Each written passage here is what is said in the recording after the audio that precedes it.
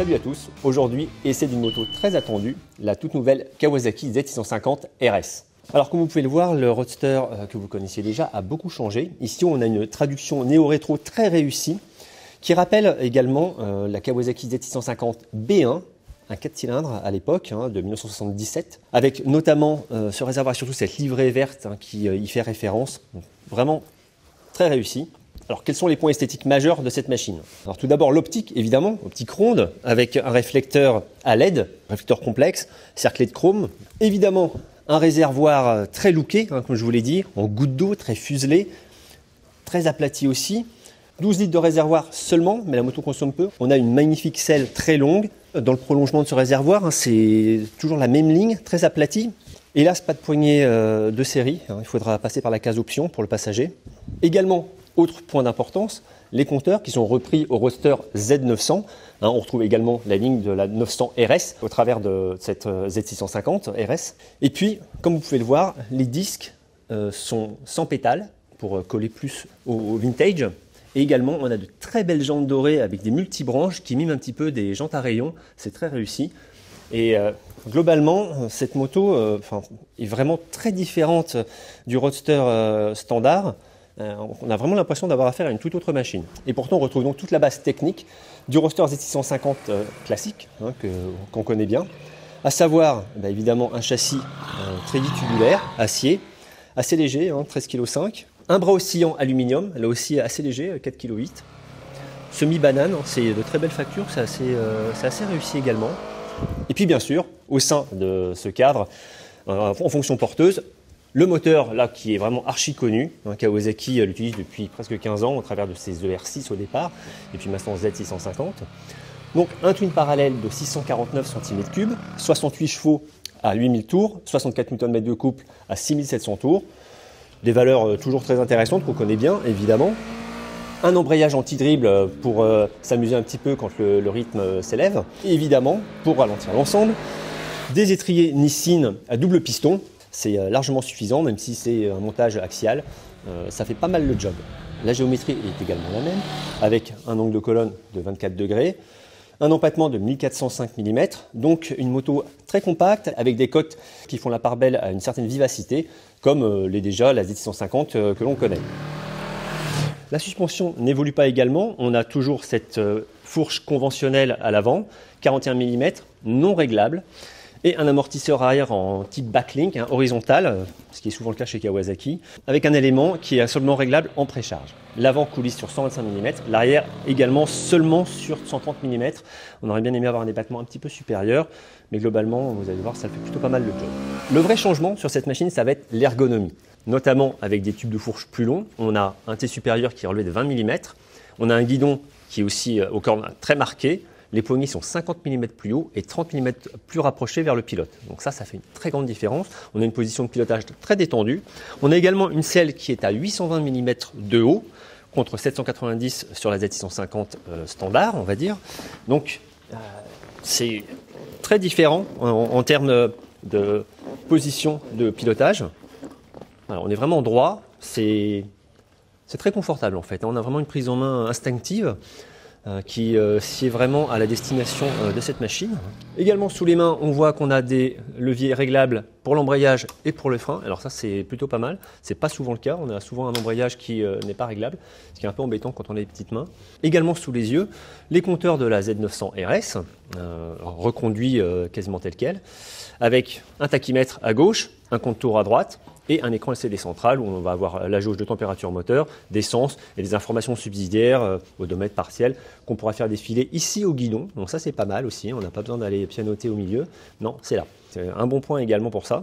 Donc comme vous voyez, cette selle un peu plus haute permet d'avoir, pour mon gabarit, 1,84 m, une flexion de jambe qui est très correcte. À ce niveau-là, c'est plutôt appréciable. Également, on a une selle qui est assez épaisse et ça sent tout de suite. Vraiment, on a un confort de premier ordre par rapport à la Z650 normale. C'est flagrant. On n'est pas non plus en avant. On a l'ensemble de la position est beaucoup plus agréable. C'est naturel et ça donne qu'une envie, c'est d'aller rouler. Et je vous emmène tout de suite. Alors ce twin est particulièrement disponible. On peut dire facilement 50 km/h sur le 5e rapport. Et aux alentours de 2000 tours. En dessous de 2000 tours, bon, ça va commencer un peu à claquer quand même. Mais pour un twin, c'est vraiment très appréciable. Ça s'emmène très facilement, on est tout de suite bien à bord. C'est très évident. Une machine idéale au quotidien. On a un très bon confort, la selle est très épaisse. Voilà, là on est à 6000 tours. Quand on tourne la poignée, hop, ça repart dans un petit grondement sympa. On entend bien la boîte à air, le chapeau est plutôt discret. La sonorité est bonne, la machine est assez courte en empattement. Ça monte de pneus, même si je l'apprécie pas trop en termes de grippe. Le profil est dynamique également. Et ça permet d'avoir une machine très réactive sur les changements d'angle, avec en plus un bon bras de levier avec ce guidon large. Et puis ça se désunit vraiment pas, hein. On a des suspensions plutôt pas mal accordées, bon c'est souple, ça bouge un peu, mais ça reste ça. Et puis ce moteur vraiment beaucoup d'agréments, avec un embrayage anti-drift qui permet de rentrer les rapports là comme je suis en train de le faire. Voilà, ça accepte bien tout sans broncher, et ça relance fort, hein. On a un bon toucher de route également, c'est puissant, progressif, et on peut vraiment doser au levier, la décélération. On a un frein arrière qui est très efficace également pour assurer la trajectoire en courbe, même si l'ABS rentre assez vite en action, mais ça c'est dû au pneumatique. Cette boîte est très rapide également, ça permet de passer les rapports très très vite. Alors vous voyez là dans les enchaînements comme ça rapides, la Z650 RS est vraiment très efficace. Là on a un rythme élevé. Et toujours beaucoup d'efficacité au guidon de cette machine. On peut vraiment garder un filet de gaz en virage. Voilà, hop, on sait exactement où on en est. Très efficace, hein. Comme vous pouvez le voir, une machine qui assume séduire, qui, en plus d'être valorisante, donc esthétiquement très réussie, dynamiquement c'est pareil. Alors c'est pas transcendantal, on retrouve ce qu'on connaissait déjà. Partie cycle, les moteurs sont vraiment les mêmes. On va reprocher donc dans l'ensemble une certaine souplesse de la fourche quand on va commencer un peu à hausser le rythme. Les freins sont plutôt pas mal. Moi j'aime beaucoup le toucher quand on prend le levier. On sent vraiment où on en est. Bon, pour ça c'est bien. On est plus déçu par les pneumatiques. Ça va être le point faible de cette machine. La Z650 RS est équipée de Dunlop Roadsport 2. On l'a eu ici sur pas mal de modèles.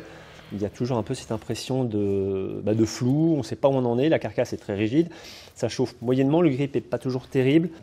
Dès qu'il va commencer à faire un peu froid, ou alors si jamais il commence à pleuvoir. Bon, voilà, on aurait bien aimé quelque chose de plus agréable là-dessus. Esthétiquement, j'aurais aimé des pots de sortie pour coller plus encore au look vintage, ça aurait été sympa. Et sinon, voilà, donc en dynamique, une machine qui est performante, qui est très confortable à rouler.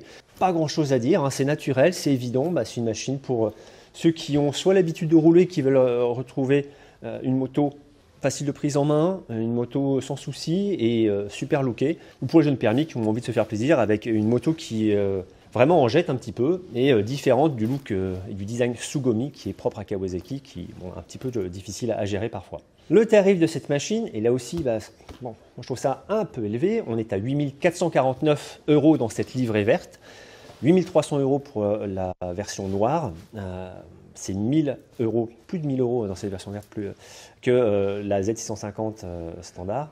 Ça fait quand même beaucoup pour, somme toute, une machine qui n'a pas évolué plus que ça, à part donc en esthétique.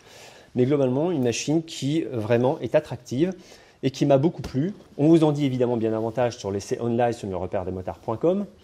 Vous vous abonnez bien évidemment à la chaîne YouTube. Et puis je vous retrouve très bientôt pour un tout nouvel essai. Merci.